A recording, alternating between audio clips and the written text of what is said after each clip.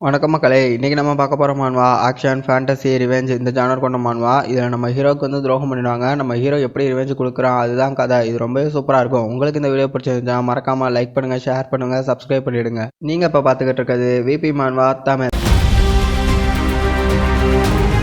எனக்கு இது டாக்டர்கிட்ட தான் தெரிய வந்துச்சு. அதாவது கியோஸ்கேவோட ஃபேமிலி ஒரு கார் ஆக்சிடெண்ட்டில் இறந்துட்டாங்கன்னு. உண்மைக்குமே நான் கியோஸ்கே நினச்சி ரொம்பவே வருத்தப்படுறேன். ஆனால் ஒரு வகையில் இதுவுமே எனக்கு நல்ல விஷயம் தான் அப்படின்னு நம்ம ஹீரோ சொல்கிறான். எனக்கு பேரண்ட்ஸ்னு இப்போ இங்கே யாருமே இல்லைனா நான் எனக்கு என்ன தோணுதோ அதை நான் பண்ணலாம். என்னை கட்டுப்படுத்துறதுக்கு இங்கே யாருமே கிடையாது அப்படின்னு யோசிச்சுட்டு அங்கே போகிறான். அங்கே பார்த்தோம்னா அங்கே ஒரு கேட் இருக்குது. ஓ, இதுதான் இந்த இடமா அப்படின்னு அந்த இடத்த பார்த்து சொல்கிறான். இப்போ மாஸ்கெல்லாம் போட்டுட்டு ரெடி ஆகுறான். சரி, இதுதான் சரியான நேரம், லெவலப் ஆக ஒரு ட்ரை பண்ணி பார்ப்போம். இந்த டெஞ்சரில் இருக்க பிஸ்டெல்லாம் எவ்வளோ ஸ்ட்ராங்காக இருக்குன்னு. அப்படியே போயிட்டு அங்கே செக்யூரிட்டி கார்டு மாதிரி ஒருத்தர் இருக்காரா, அவர்கிட்ட அவனோட ஐடி கார்டு வச்சுட்டு உள்ளே போகலாம்னு பார்க்குறான். பார்த்தோம்னா டக்குன்னு அவர் கையை பிடிச்சிடறாரு. ஒன்று தான். இப்போ ஹீரோ திரும்பி கேட்குறான், ஆமாம் என்ன விஷயம் அப்படின்னு கேட்கும்போது, நீ நீ நீ வெறும் லெவல் 27 தான் இருக்க. அப்படி இருக்கும்போது நீ எப்படி இதுக்குள்ளே போ? சாதாரணமாக இது உள்ளே போகணும்னாலே லெவல் 30 வேணும். அப்படி இருக்கும்போது லெவல் 30 இருக்கவங்களே அட்வென்ச்சர் பண்ண பார்ட்டியாக தான் உள்ளே போவாங்க. அப்படி இருக்கும்போது நீ தனியாக போகிற, இது உண்மையாக சொல்லணும்னா ஒரு சூசைட் அப்படின்னு அந்த செக்யூரிட்டி கத்துறாரு. ஆமாம், நீங்கள் சொல்கிறத நான் ஒத்துக்கிறேன். சாதாரண கிளாஸ்லேருந்து வரவங்களுக்கு அது கண்டிப்பாக பிரச்சனையாக தான் இருக்கும். ஆனால் நான் டோக்கிகோ ட்ரைனிங் அகாடமிலேருந்து வரேன். அப்படி இருக்கும்போது எனக்கு அது எந்த பிரச்சனையுமே கிடையாது. ஏன்னா நான் அந்த அகாடமியோட ஸ்டூடெண்ட்டுங்கிறத மறந்துடாதீங்க. இப்போ நான் சைன்இன் பண்ணிட்டு உள்ளே போகலாம்ல, இதில் உங்களுக்கு எந்த பிரச்சனையும் இல்லை அப்படின்னு அவரை பார்த்து கேட்குறான். இப்போ ஹீரோ மனசுலேயே நினைக்கிறான், நான் இந்த இடத்துக்கு வரணுங்கிறத நான் ஹாஸ்பிட்டலில் ரெஸ்ட் எடுக்கும்போதே நான் முடிவு பண்ணிட்டேன். ஆனால் அதெல்லாம் சரி அப்படின்னு அவர் திணறாரா. அப்போ பின்னாலேருந்து ஒரு சத்தம், ஹே இதை எத்தோட நிறுத்திக்க.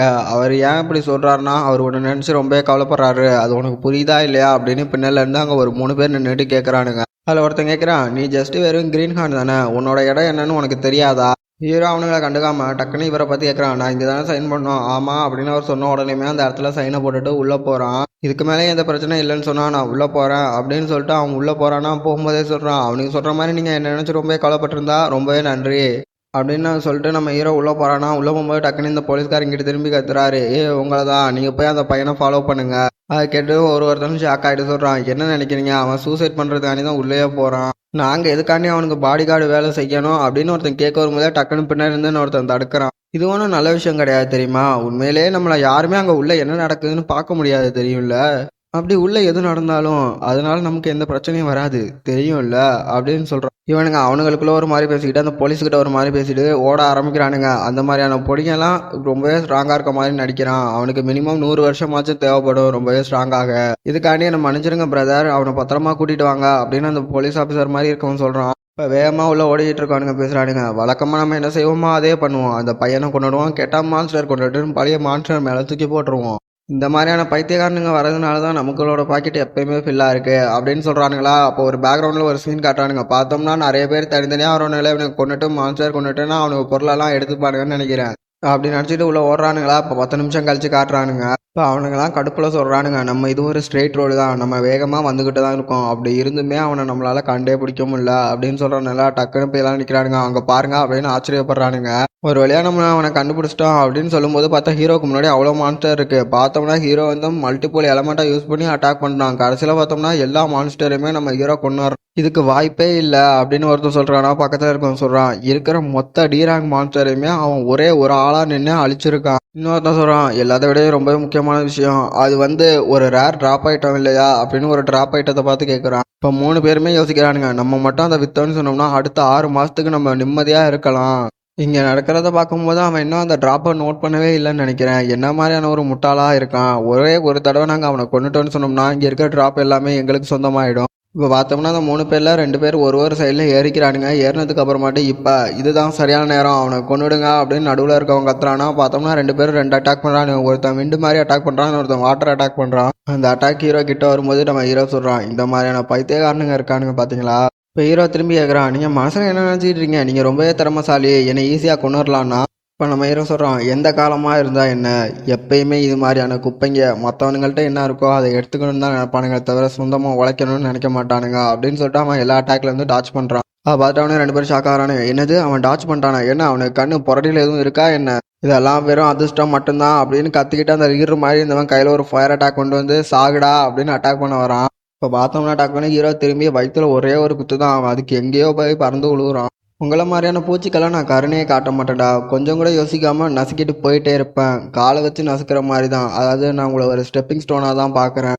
இது எல்லாமே நான் என்னோட ரிவெஞ்சுக்காண்டி தான் பண்ணுறேன், அதனால நான் அதை இப்போலேருந்தே ஆரம்பிக்கிறேன் அப்படின்னு சொல்கிறான். பார்த்தோம்னா சீன் அங்கேயே கட்டாது. இப்போ அடுத்த நாள் காட்டுறாங்க. அடுத்த நாள் அந்த டஞ்சனுக்கு ஒருத்தன் வரான். இப்போ அவன் சொல்கிறான், நான் ஏன் தெரியுமா அந்த டஞ்சனுக்கு வந்தேன், எங்களோட அகாடமியை சேர்ந்த ஒரு ஸ்டூடெண்ட் தனியாகவே இந்த டஞ்சனுக்குள்ளே வந்ததாக கேள்விப்பட்டேன், அதனால தான் இங்கே நான் வந்தேன்.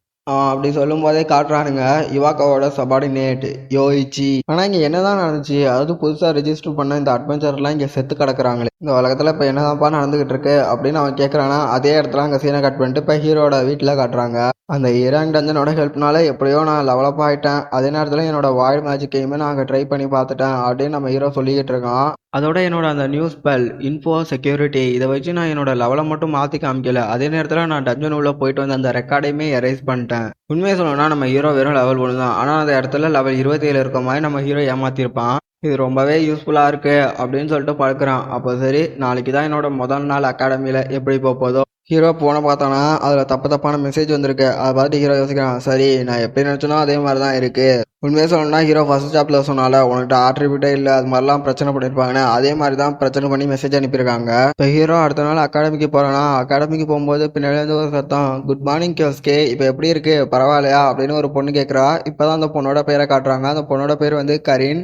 பையரா அந்த பொண்ணுகிட்ட சொல்கிறான், எனக்கு எல்லாமே சரியாயிடுச்சு, இப்போ பரவாயில்ல அப்படின்னு சொல்கிறானா. அப்போ அந்த பொண்ணு சொல்லுது, உண்மையாக சொல்லணும்னா நான் உன்னை நினச்சி ரொம்பவே கவலைப்பட்டேன்ப்பா அப்படின்னு சொல்லும்போது நம்ம ஹீரோ மனசுக்குள்ளே யோசிக்கிறான், இவனை நினச்சி கூட ஒரு சில பேர் கவலைப்படுறாங்களே. அப்படி அவங்க 2 பேரும் பேசிக்கிட்டு இருக்கும்போது பின்னாடிலேருந்து ஒருத்தன் சொல்கிறான், அங்கே பாருப்பா, யார் அது, எந்த ஆட்ரிபியூட்டுமே இல்லாமல் சாவோட விளிம்புலேருந்து தப்பிச்சு வந்தவன் தானே அவன். என்ன பண்ணுறது, ஒன்று மாதிரியான வீக் லெவல் 1ல் இருக்கவங்களே ப்ரொடெக்ட் பண்ணி எனக்கு பழக்கமாச்சு, அப்படின்னு அவனை ப்ரொடெக்ட் பண்ணணுங்கிறதுக்காண்டி அதுக்கு எக்ஸ்சேஞ்சாக நான் ஏதாச்சும் வாங்கி தானே ஆகணும். நீ என்ன கொண்டு வந்திருக்கியா நான் கேட்டதை, ஏன்னா இப்போ எனக்கு ரொம்பவே காசு இல்லாமல் கஷ்டப்பட்டுக்கிட்டு இருக்கேன். அதனால அவன் அப்படி சொல்லும் போதே பார்த்தோம்னா ஹீரோ மனசுக்குள்ளே யோசிக்கிறான், அந்த மெசேஜ் அனுப்புனது இந்த குப்பை தான் போல அப்படின்னு பார்க்கும்போதே அந்த பொண்ணு போய் சொல்லுது, இதை இப்போயே நிறுத்துங்க.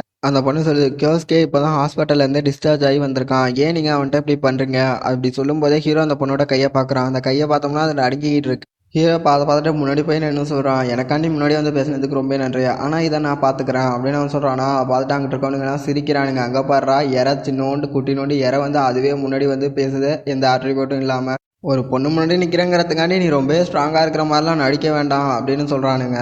நான் உனக்கு திருப்பி ஞாபகப்படுத்தணும்னு நினைக்கிறேன், யாரால மேஜிக்கை ஒழுங்காக கூட யூஸ் பண்ண தெரியாத ஒரு குப்பைங்கிறத அப்படின்னு அவன் சொல்லிட்டு வரானா.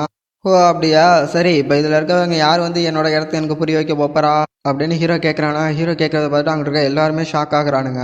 இவனுங்கெல்லாம் ஒன்றை மாதிரி கிடையாது தம்பி, இவனுங்க எல்லாருமே குப்பை தான், கவலைப்படாத தம்பி, உன்னோட பேரை அந்த உலகம் ஃபுல்லாகவே நான் பதிய வைப்பேன், எல்லாருமே உன்னை த ஸ்ட்ராங்கஸ்ட் அட்வென்ச்சருங்கிற அந்த பேரோட தான் எல்லாருமே உன்னை பார்ப்பாங்க. சரி நான் பேசின எதுவும் உங்களுக்கு கேட்கலையா அப்படின்னு இங்கே கேட்குறான். இப்போ அங்கிட்ட இருந்த ஒருத்தன் கடுப்பாயிட்டு கத்துறான், என்ன ஒரு பைத்தியகாரத்தனமான பேச்சு அப்படின்னு ஒரு ஃபயர் அட்டாக் பண்ணுறான்.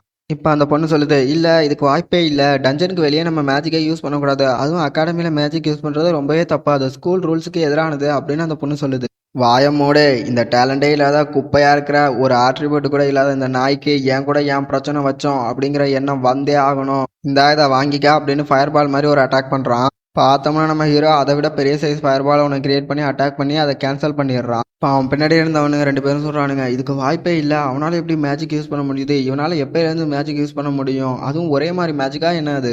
இப்போ ஹீரோ அவனை பார்த்து கேட்குறான், என்ன உன்னால் இதுதான் முடியுமா அப்படின்னு அவன் ஒரு மாதிரியாக கேட்குறானா. அதை பார்த்துட்டு அவன் பல்ல கடிச்சிட்டு கடுப்பாக. இப்போ அவனுக்கு பின்னாடி இருந்த 2 பேரை பார்த்து கத்துறான், ஏன்டா அங்கே தான் வெட்டியாக நிற்பீங்களா, வந்து சண்டை போடுங்கடா அப்படின்னு அவன் கத்துறானா. அவனுல 2 பேரும் வந்து அட்டாக் பண்ணுறானுங்க. ஒருத்தன் வாட்டர் அட்டாக் பண்ணுறான்னு ஒருத்தன் விண்ட் அட்டாக் பண்ணுறான்.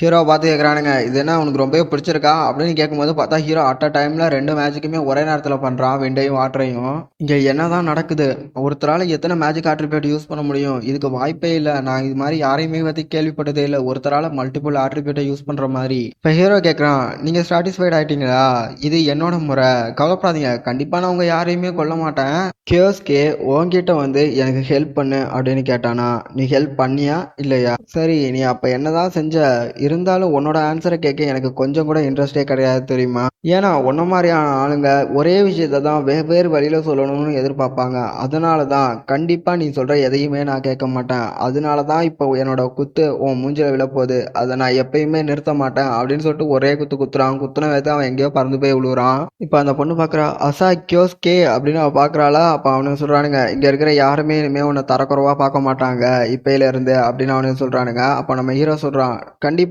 நம்ம எல்லாருமே ஸ்ட்ராங்கஸ்ட் அட்வென்ச்சர் ஆகக்கூடிய பாதையில் போகிறோம், அதுவும் ஒன்னா அப்படின்னு சொல்கிறான். இந்த இடத்துல இந்த சாப்டர் முடியுதுக்கா. உங்களுக்கு இந்த வீடியோ பிடிச்சிருந்துச்சுன்னா லைக் பண்ணுங்கள், சப்ஸ்கிரைப் பண்ணுங்கள், கமெண்ட் பண்ணுங்கள். நீங்கள் போடுற ஒரு லைக்கும் தான் எனக்கு அடுத்த வீடியோ போடுறதுக்கு ஒரு மோட்டிவேஷனாக இருக்கும். நன்றி மக்களே.